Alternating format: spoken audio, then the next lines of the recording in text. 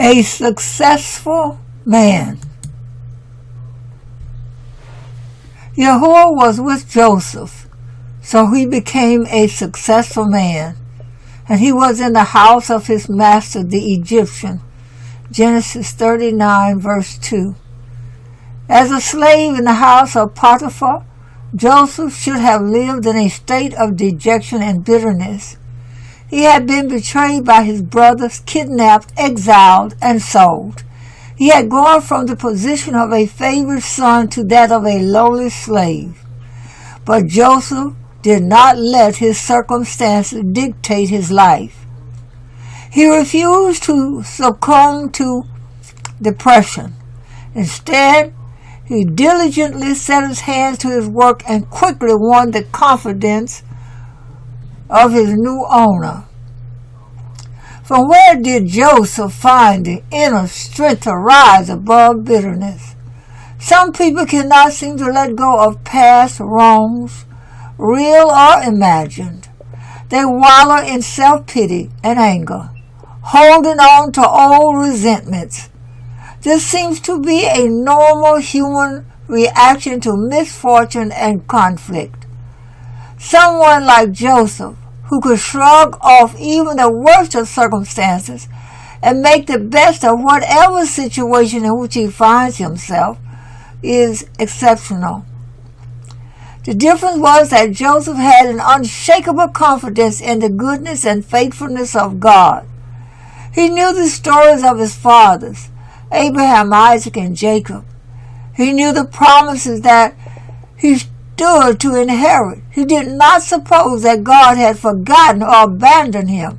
Instead, he humbly submitted himself to God's higher, mysterious purpose. Many of us struggle with an artificial sense of entitlement. We assume that we have the right to be happy. We assume that we deserve the good and comfortable circumstances of life. Why? What makes us think we have the right to happiness or that we deserve anything? When things go amiss, we react with shock, bitterness, and anger, as if our rights have been violated. This can be compared to a situation in which a benevolent and anonymous millionaire decides to send $1,000 cash every week to a certain person. The recipient never knew where the money was coming from or why.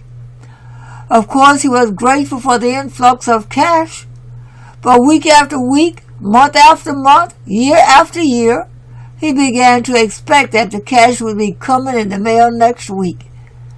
He made investments, purchases, and life choices based on the regular $1,000 installments. One day, the cash suddenly stopped. As inexplicably as it had begun, it ended. Would the man be justified in being outraged or bitter? Would he have the right to be angry? Of course not.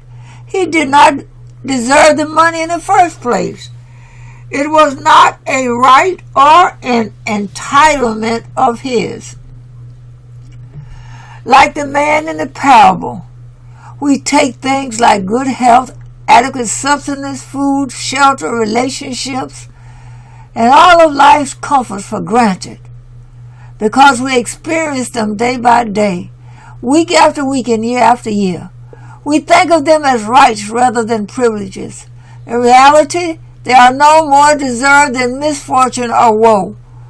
We have no right to be bitter when life circumstances turn unpleasant. Because of Joseph's steadfast confidence in God, he possessed an undying optimism that transformed even the lowest state of slavery into success. As the Torah says, he became a successful man.